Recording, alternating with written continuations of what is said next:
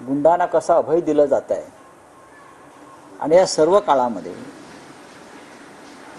लाडके खासदार ते फिरकती नाही. कालची घटना अक्षय शिंदे नंतरची जी घटना घडलेली आपण पाहिली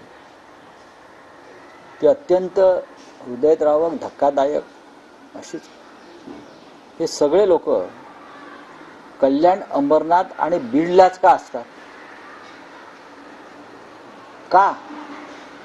अक्षय शिंदेचं तुम्ही निवडणुकीपूर्वी एन्काउंटर केलं, तुम्हाला राजकीय फायदा हवा होता. आता हा जो एक नराधम पकडलेला आहे ज्याने त्या मुलीची हत्या केली, लैंगिक अत्याचार करून हत्या केली, लक्षात घ्या, त्याच्या बाबतीत देवेंद्र फडणवीस, राज्याचे उपमुख्यमंत्री, मुख्यमंत्र्यांचे त्या भागातले खासदार चिरंजीव गप्प काय? गप्प काय?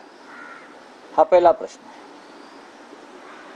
बीड मधलं चित्र अत्यंत गंभीर आहे.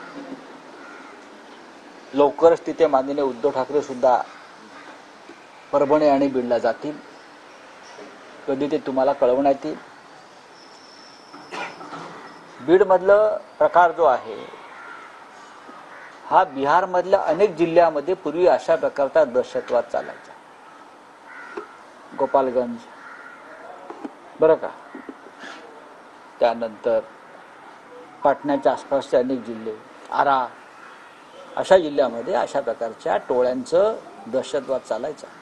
अपहरण, खंडण्या, हत्या, राजकीय हत्या आणि मग राजकीय हत्या करणाऱ्यांना संरक्षण. एकेकाळी बिहारचं चित्र होतं.